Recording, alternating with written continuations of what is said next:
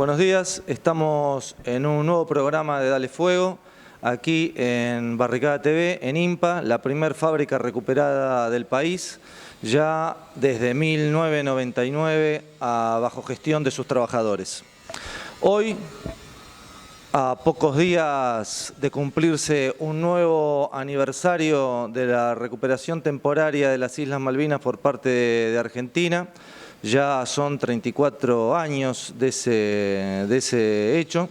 Vamos a charlar sobre el tema, sobre las implicancias geopolíticas, económicas, diplomáticas, históricas que tiene para la República Argentina, para América Latina y para el mundo la situación de conflicto que actualmente todavía vivimos en el Atlántico Sur. Para eso tenemos invitado al general de división Fabián Braun, retirado recientemente. Buenas tardes, general, ¿cómo le va? Buenas tardes, general de brigada. General de brigada, disculpe, lo ascendí a general de división, está bien. No, jefe de instituto militares llegó a... Fui director general de educación en mi último cargo en el ejército. Director general de educación hasta el 2013, ¿no? Hasta el 2013. Del 2013. Bueno, mis saludos a la audiencia y agradezco la oportunidad de poder participar en este programa, que es una forma de rendir homenaje a quienes sacrificaron y sufrieron en lo que fue la guerra del Atlántico Sur. Bueno, primero, sobre todo nosotros tomamos en cuenta como una de las cuestiones fundamentales de las luchas del pueblo argentino, el ejercicio efectivo de su soberanía sobre el conjunto de los territorios sobre los cuales la Argentina tiene derechos, que abarcan todo lo que es los mares del sur, la Antártida, un territorio que todavía está en discusión y sobre los cuales Argentina tiene derechos, por lo menos desde su primer establecimiento. Tengo una consulta, general. En 1904 se estableció la primera base antártica permanente, ¿no? En las Orcadas se compra a Noruega un observatorio, o mejor dicho, a raíz de un rescate que hace la Armada Argentina de unos náufragos noruegos. Se llega a un acuerdo con Noruega, que era el país más avanzado en la exploración antártica, y Noruega cede a la Argentina el observatorio en las Islas Orcadas, y desde 1904, ininterrumpidamente, está este observatorio. Somos el primer país en tener una base permanente de estas características, que después de 1927 pasa a tener la primera radioestación en el casquete polar, ¿no? O sea que Argentina es el primer país que tiene una base permanente en la Antártida. Es el primer país, es el país con más bases también. Y también el país con más bases en la Antártida. Bien. Bueno, vamos a saltar al tema del conflicto, de la guerra. Siempre hay una duda que surge en torno a la cuestión de conflicto, surgida en función de cuál es la visión geopolítica que la dictadura tenía respecto de el escenario mundial y el posible marco, porque más allá las guerras tienen una parte militar y una parte política, diplomática, económica, que es la que permite, no es solo la resolución, el balance de cuestiones militares, ¿no? El marco de alianza, cómo se comportan los demás países, las demás potencias. ¿Cuál es la visión geopolítica que tenía la conducción militar para llevar adelante la guerra en las condiciones en las cuales después pareció que se había llevado sin un plan B, digamos, ¿no? Bueno, en principio, al ser estos temas de Estado que se manejaron en determinado nivel, hay muy poco, o por lo menos todavía no han aparecido documentos, probablemente en Estados Unidos o Gran Bretaña, que den luz sobre la decisión argentina de 1982.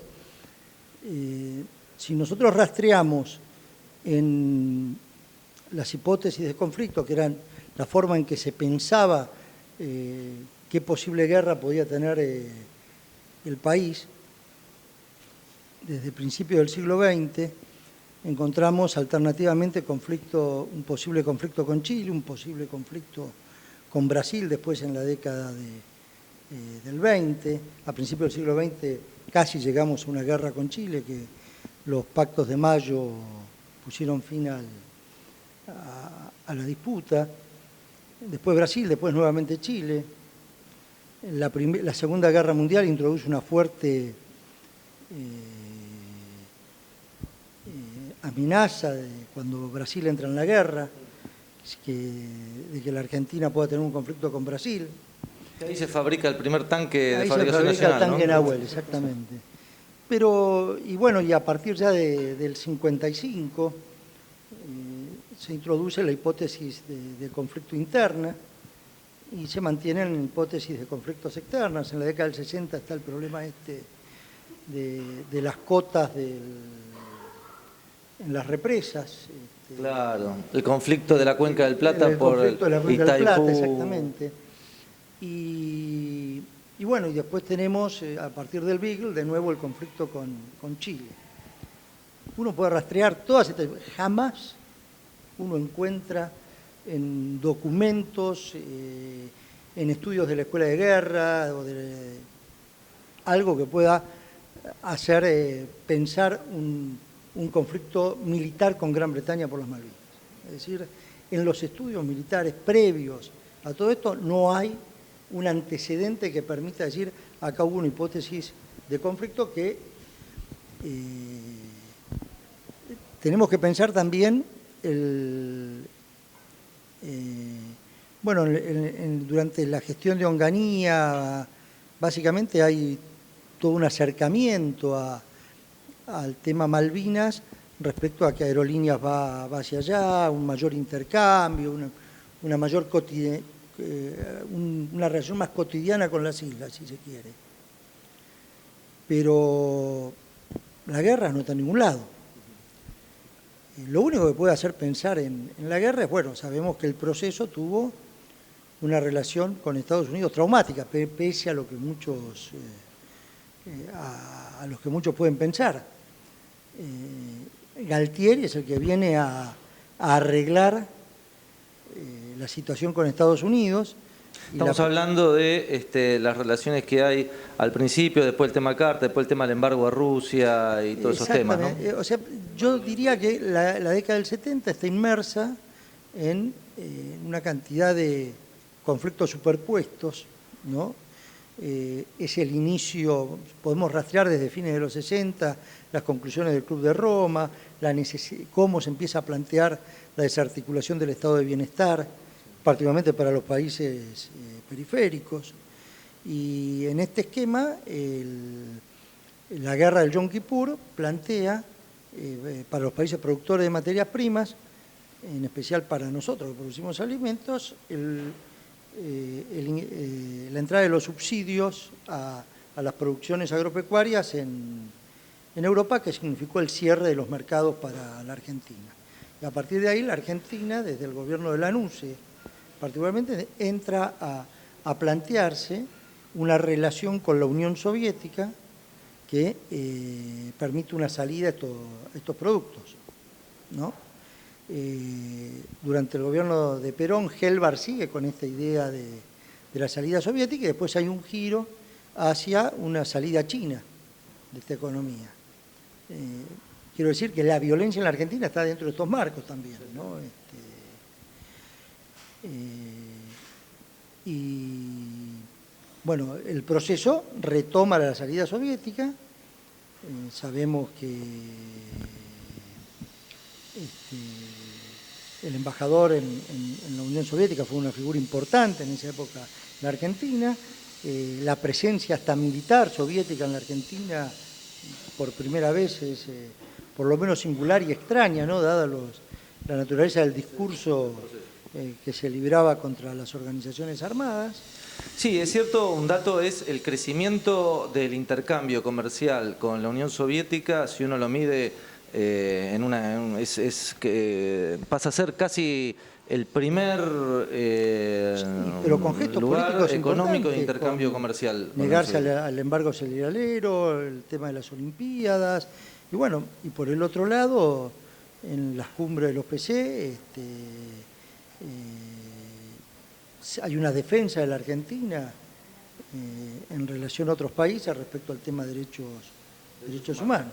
Sí, de Entonces, hecho el PC tiene una actitud exacto, bastante complaciente. Una actitud Claro, por decirlo. complaciente o por lo menos de acercamiento. Entonces, bueno, en este esquema es donde Galtieri produce un quiebre en el proceso y un acercamiento a Estados Unidos que termina con el apoyo en Centroamérica a los contras y apoyo particularmente de inteligencia militar, ¿no? en estos países. Bueno, en este marco es donde sucede la Guerra de Malvinas. Algunos consideran que no, fue una salida del proceso frente a una crisis económica que le permitía ventajas internas y perpetuarse en el poder. Yo, un poco conociendo lo que es la cultura militar, diría que hay otra cosa. Yo diría que acá hubo por lo menos algo con Estados Unidos, en el cual un sector de la alta conducción militar, de la Armada y del Ejército creyeron que tenían cierto aval para hacer algo y que después no se dio eso. Y fuimos a una guerra, lo cual sí está perfectamente claro, nunca nos preparamos para la guerra. Se preparó la Operación El Rosario, se preparó la toma de Malvinas. La Operación Rosario es la toma de Malvinas. Exacto, pero nunca se preparó la guerra. Tan es así que hay municiones que nunca llegaron, regimientos enteros sin munición. Todos se preguntan en general, todos no, va. Sí. Yo y alguna gente que maneja o que tiene alguna inquietud sobre el tema militar se pregunta, teniendo en cuenta que una de las principales ventajas estratégicas que tenía Argentina era su cercanía, y en un conflicto que iba a tener mucho que ver con las operaciones aéreas, ¿cómo puede ser que no se haya previsto algún tipo de capacidad de tener una base aérea en las mismas islas como para mantener esa ventaja estratégica, teniendo en cuenta que los ingleses venían con portaaviones, con una cantidad también limitada de aviones? No sé cuánto eso hubiera alterado o no el resultado, pero indudablemente viajar desde el continente hasta las islas implicaba llegar al límite, me parece, de la... Bueno, son muchas las preguntas desde un punto de vista estratégico que no tienen una clara respuesta. Esto que me decís es central. Es decir, atacar a la flota desde las mayores distancias, comprometer sus suministros, afectar sus vías de comunicaciones, bueno, no fue tenido en cuenta como una opción. ¿Por qué? Creo que hasta último minuto se creyó que no venían. Esa también es otra hipótesis. Después le hago otra pregunta también del tema... Pero lo que vos decís es cierto, es decir, tener una pista que permita reabastecer y que los aviones continúen su vuelo hasta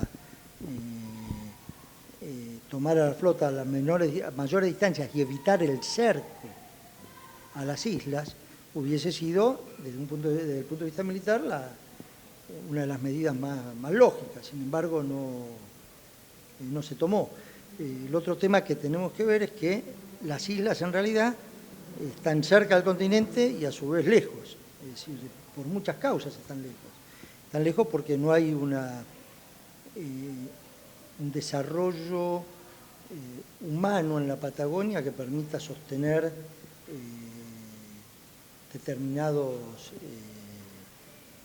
determinadas estructuras, ¿no? como ser bases militares apropiadas para determinadas cosas. Teníamos pistas en San Julián, pistas en Comodoro, pero las distancias del continente a las islas llegan al límite. Le permitían a nuestra Fuerza Aérea tener pocos minutos de combate. Nosotros tenemos una gran pérdida de nuestra aviación militar en aviones que no pudieron volver, por falta de combustible. Entonces, estamos cerca, pero a su vez carecemos de una infraestructura que permita articular. Y eso se relaciona con la ausencia de una hipótesis de conflicto en ese sentido, ¿no? Porque si uno tiene hipótesis de conflicto, prepara también... Está bien, es cierto que la idea, un Estado se piensa de manera integral, no se piensa de manera segmentada. Si nosotros hubiésemos, si para nosotros Malvinas y el Atlántico Sur fueran el conflicto que tenemos, la disputa territorial que tenemos hasta por Constitución Nacional con Gran Bretaña, tendríamos en el Atlántico Sur un desarrollo humano desde el Estado apropiado no para una cuestión militar, sino para atraer las islas desde el continente, como para estar incluso más cerca de la Antártida de los 1000 kilómetros que estamos, en términos tecnológicos, en términos de comunicaciones, en términos de desarrollo, de producción, bueno, no lo tenemos. No tenemos la flota pesquera, no tenemos la flota mercante, no tenemos los puertos bioceánicos, no lo tenemos. Entonces, bueno, realmente pensamos la Antártida, realmente pensamos el Atlántico Sur, más allá de la permanencia y la continuidad de las misiones de las campañas antárticas, o nuestra presencia en el Atlántico Sur no parece ser una prioridad para el Estado. Recientemente, ya que estamos en ese punto, en estos días, este programa está siendo grabado, ¿no? Pero en días previos a la grabación de este programa, la ONU aprobó, tomó una resolución que tiene que ver con otorgarle a Argentina una cantidad de derechos sobre un amplio territorio en el Atlántico Sur. ¿Cómo es esa resolución? No quiero martirizar a la audiencia con algunos datos técnicos, ¿no? Pero nosotros tenemos lo que se llama el mar argentino, que son las 12 millas, que es donde el Estado ejerce soberanía plena. Después hay otro concepto en la ley, en el derecho marítimo, que son otras 12 millas, donde hay un poder de supervisión y de policía por parte del Estado. Y después están lo que se llama la zona económica exclusiva, que son hasta las 200 millas. ¿Eso no lo trabajó en la década del 70 un general peruano llamado Mercado Jarrín? Puede ser tanto, no sé si sé que son lo que otorga el derecho internacional a un Estado. Otro concepto importante es el de la plataforma submarina. La plataforma submarina es la extensión natural del continente sobre el océano. En el caso del mar argentino, nuestra plataforma submarina es de la más extensa del mundo. Y esto es lo que ha reconocido la ONU ahora. La extensión de nuestra plataforma submarina, y lo cual incorpora, como están en las noticias, más de 1 millón de kilómetros cuadrados, que son kilómetros cuadrados de recursos, que son recursos para las generaciones venideras de argentinos y que son recursos para las generaciones venideras de sudamericanos. Y bueno, y acá entra el dilema, o estos recursos hacemos lo necesario para que se vuelquen en pos de la felicidad de nuestros pueblos, o se los llevarán los europeos o quien fuere, como ha pasado en los últimos 500 años.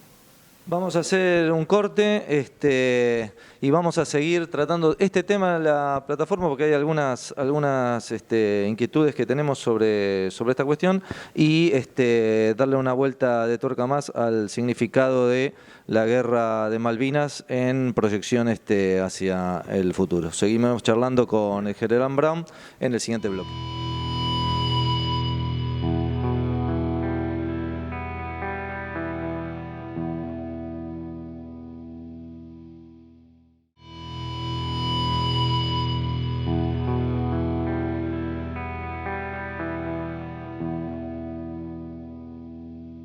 Seguimos en el segundo bloque de Dale Fuego, en IMPA, la primera fábrica recuperada del país, dialogando con el general de brigada, Fabián Brown, retirado recientemente, sobre, y rindiendo un homenaje, y sobre la guerra de Malvinas y los intereses soberanos de nuestro país sobre el Atlántico Sur y la Antártida.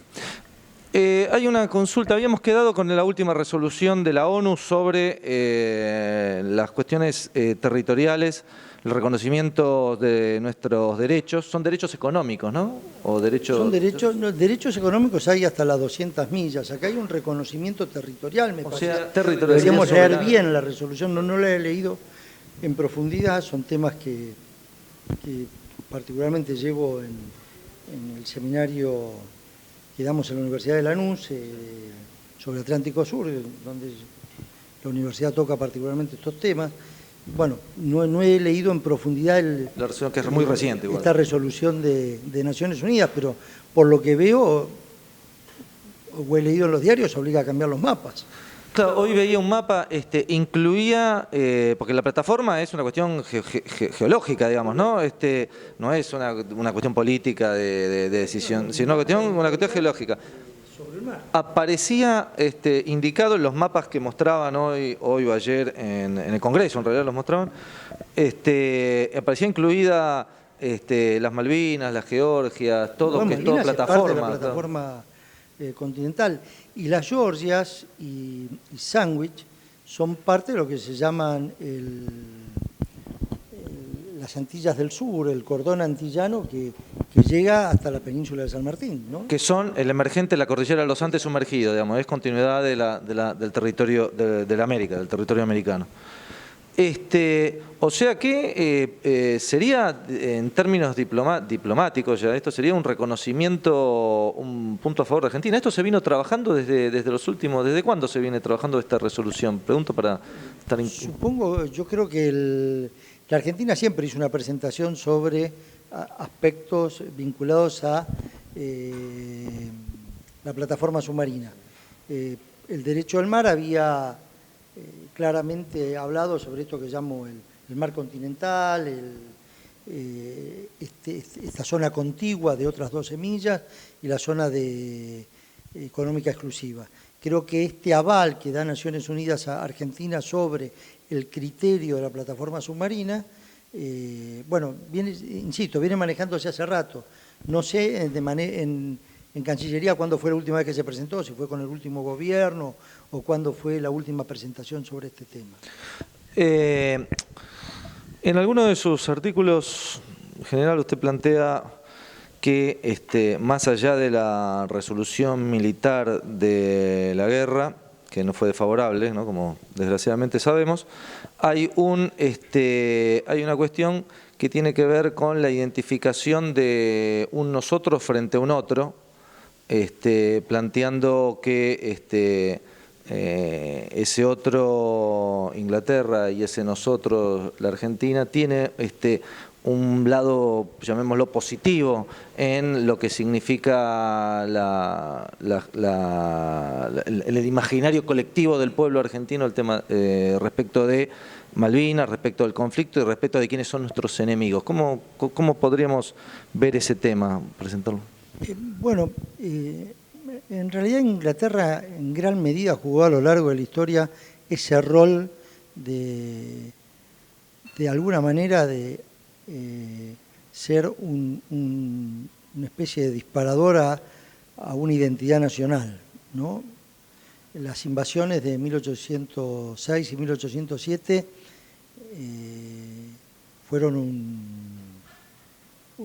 produjeron una transformación social en el Río de la Plata y en lo que era el mundo colonial tremenda, ¿no? De hecho, es el surgimiento de las primeras fuerzas militares que después van a ser fuerzas militares argentinas. Las primeras fuerzas militares. En realidad las milicias fueron un canal de participación ciudadana. Es decir, si nosotros vemos quiénes son los patricios, son los hijos, los nacidos en Buenos Aires, que se alistaban. O sea, la resolución de Liniers convocando a las milicias, convoca a todos, a los americanos, a los españoles, convoca a todos. Los convoca a formarse por lugar de origen, pero a su vez que cada unidad elige sus jefes. Entonces, Patricio Keynes es un sector social que se arma para la defensa de la ciudad y que elige sus jefes. Ese jefe, Saavedra, Belgrano, todos los elegidos en Patricios Arribeños, Húsares y cada una de las unidades que se fueron formando, eran los referentes políticos de un sector social, no eran militares de carrera, ninguno era militar de carrera. Sabemos que Saavedra era un comerciante alto peruano, Sarmiento era un profesional de vasta trayectoria, Belgrano era un profesional de vasta trayectoria en... Bueno, entonces... El consulado, el litigio del consulado. Lo que se produce es una profunda transformación social a raíz de las invasiones. Los negros forman sus batallones para enfrentar a los ingleses, y los negros, dice el cabildo, bueno, deberíamos manumitirlo a todos, no tenemos plata. Y como no sucede esa manumisión de más negros, referentes de estos negros viajan a España a pedir la liberación de los esclavos. Ni hablar de los caciques que presentan a 500 lanzas al cabildo de Luján para pelear contra el inglés. Daría la sensación que todo lo que está acá tomó cuenta de que eran de acá y que esto era otra cosa. Esa otra cosa hablaba otro idioma, se expresaba culturalmente de otra manera, y bueno... sí, era otra cultura, eran protestantes, tenía otro aspecto, otro idioma. Sí. Es decir, bueno, todo esto fue si se quiere, la masa primordial que va a dar origen a los profundos cambios sociales que terminan con la sociedad estamental en 20 años de guerra, en más de 20 años de guerra terminan con la sociedad estamental colonial. Bueno, esta idea de un nosotros que se refleja ahí, la desmalvinización que se da después de junio de 1982, la malvinización no fue obra de la política, no fue obra del Estado, vino desde abajo. Quien reconoció a sus caídos, a sus familiares, a sus veteranos fue el pueblo argentino. Y un día se estaba festejando el 2 de abril sin que nadie dijera que se festeje el 2 de abril. Entonces... De hecho, el primer año después de la guerra hubo una manifestación de masas muy importante en el cual muchos participamos y se tiró al Río de la Plata la estatua de Canning. Claro, bueno, todo esto que se da a partir de la guerra de Malvinas, de tomar conciencia, el Apocalipsis tiene una frase, o empieza con una frase que dice: la mayor hazaña del diablo es hacernos creer que no existe. Y el poder y el imperio tienen esa particularidad. Nosotros vivimos hablando de problemas y ocultamos problemas. O sea, sabemos, porque está instalado en nuestro pueblo el tema Malvinas, pero Malvinas es como la aceituna del copetín de un problema mucho mayor que es el Atlántico Sur. Lo que está en disputa es más de 1 millón de kilómetros cuadrados. Lo que está en disputa son las licencias de pesca que da Inglaterra, depredando el mar argentino. Lo que está en disputa es el petróleo que ya empiezan a explotar el Malvinas. ¿Usted cree, general, hablando de dos temas, le voy a consultar, el tema del petróleo y el tema de la pesca, ¿no? Uno, el tema del petróleo, ¿usted cree que Inglaterra tiene posibilidad de, en las condiciones actuales, empezar a explotar petróleo sin una colaboración, aunque sea indirecta o la vista gorda del gobierno argentino? Bueno, Inglaterra obtuvo gran parte de su petróleo del Mar del Norte con plataformas offshore.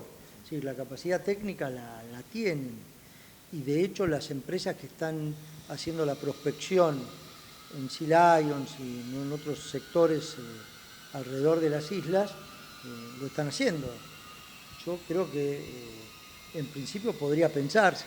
Creo que fue buena la medida que tomó el gobierno argentino al declarar que para perforar se necesita permiso del gobierno, y a partir de ahí la denuncia internacional que se hizo sobre las empresas por haber perforado en una zona en conflicto. Así que Porque creo que jurídicamente Malvinas yo es una zona de creería conflicto. con los ingleses que no querría cometer el mismo error de decir no vienen, creo Sí, sí, que sí. pueden, Pueden creerían venir, que sí. pueden y deberíamos estar alerta por eso, de hecho están pudiendo. Es probable que los actuales precios del petróleo alarguen los plazos, pero ¿Y qué medidas podría tomar Argentina para que las empresas, son empresas privadas apoyadas por el gobierno británico, que las empresas sientan que su operación se torna demasiado riesgosa? bueno, creo que cuando hablamos de soberanía hablamos de presencia, ¿no? Presencia en el territorio argentino, presencia en nuestros espacios. El mar argentino necesita presencia argentina. Hemos perdido una flota mercante, que alguna vez tuvimos. Sí, fue destruida en la época de Menem, ¿no? Sí, exactamente. Y nunca tuvimos una flota pesquera importante. Damos licencia de pesca. Si nosotros vemos, y les pido a la audiencia que miren en internet lo que se llama la Ciudad Luz, se van a ver el Atlántico Sur visto por fotografías satelitales, las luces de todos los barcos factoría que se encuentran en la zona. Bueno, ¿por qué esos barcos no son argentinos si tenemos la capacidad tecnológica? La tuvimos para hacer una flota mercante, ¿por qué no podemos desarrollar en astilleros propios que produzcan una industria que lleve mano de obra y trabajo para argentinos y que exportemos los frutos del mar hacia quienes lo necesitan en vez de estar dando licencias de pesca? Una consulta. Recientemente sucedió un hecho que a muchos le causó sospecha, a otros suspicacias, digamos, del hundimiento de un pesquero chino. Teniendo, por ahí tiene alguna opinión, alguna información, teniendo en cuenta que en general, por lo menos uno cree que desde la época de Menem se fomentó mucho la pesca de estas empresas extranjeras que vienen y pescan con bastante grado de libertad en nuestros mares, y que es probable que haya habido, muchos piensan, ¿no?, que estas situaciones que se vivieron con este pesquero chino sean reiterativas. Son reiterativas, es decir, los problemas, para quienes hemos vivido en la Patagonia, sabemos que cada tanto se captura y son llevados a puertos pesqueros de distintas nacionalidades, que muchas veces son abandonados ahí por las tripulaciones y se quedan ahí. Pero bueno, el poder de policía que ejercemos es limitado de acuerdo a los medios que se tienen. Pero esto que... ¿Por qué China, digamos? Algunos se preguntan, ¿por qué justo un pesquero chino y no un pesquero noruego, inglés? Fue una casualidad. No, es probable que el barco ese haya sido chino, como son las informaciones, pero bueno, después a quién pertenecen las corporaciones o los grupos.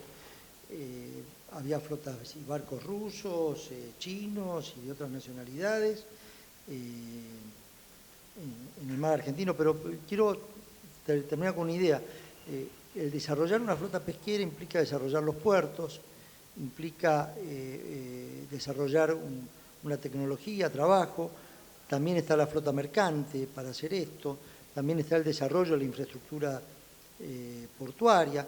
Todo esto va a promover un desarrollo humano de la Patagonia indispensable para atraer las islas al continente y atraer la Antártida.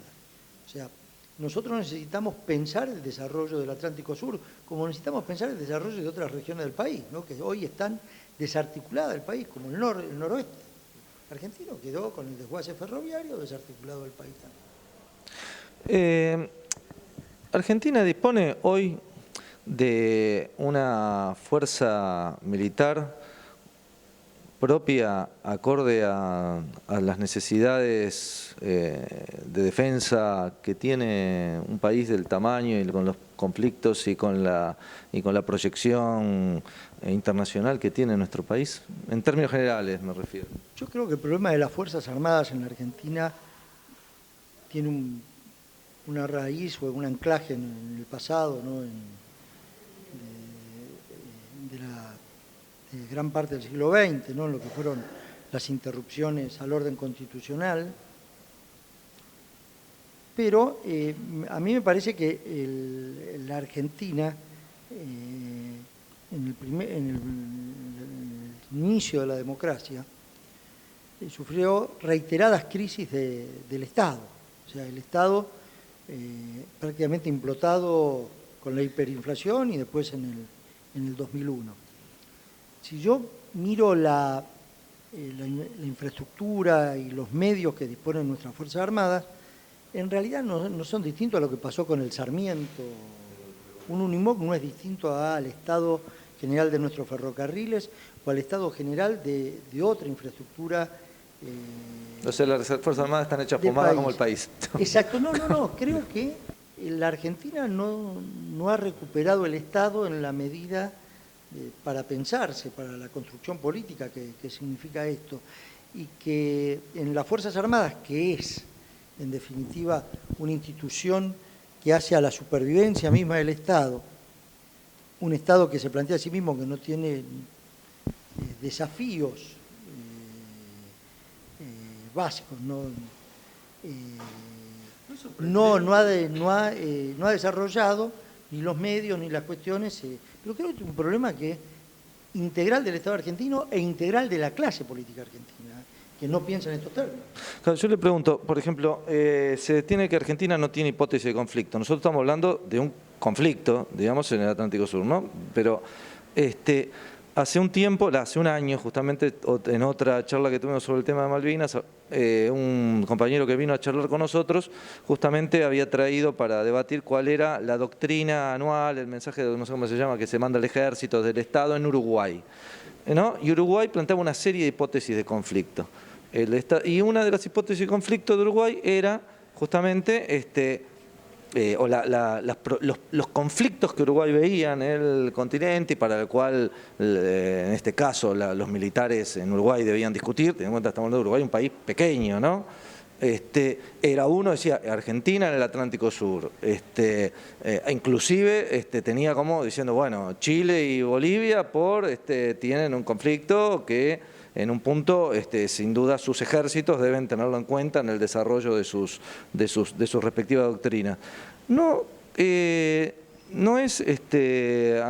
medio sorprendente que en un mundo así en conflicto y en un país como Argentina, un país que tiene cierta apetencia por parte de otros intereses, no solo nacionales extranjeros, sino económicos y demás, no haya algún tipo de doctrina hacia las Fuerzas Armadas que le integren a alguna hipótesis de defensa de algún tipo? Insisto, creo que el problema es más grave. Creo que tenemos un Estado que no logra desarrollar un pensamiento estratégico. Cuando digo un pensamiento estratégico, es un pensamiento que articule el futuro y deseable, por lo menos, vamos hacia tal lado como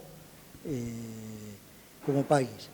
Venimos de crisis en crisis y no logramos pensar el mediano plazo. Yo no quiero entrar en una cuestión semática de las hipótesis de conflicto, el planeamiento por capacidades o la misma forma que hay para pensar este tipo de cuestiones a las cuales se le da un tinte ideológico. Yo lo que digo es un Estado que se piensa a sí mismo y como vos muy bien decís, somos el único país. Y no lo digo mirando Europa ni Estados Unidos, lo digo con los ejemplos que vos diste, Brasil, Chile, Uruguay.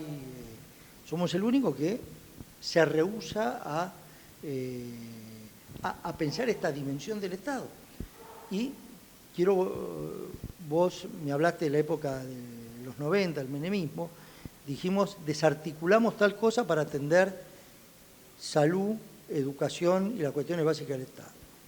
Desarticulamos el Estado y hicimos pelota a la salud, hicimos pelota a la educación, hicimos pelota a todo, porque el Estado es integral.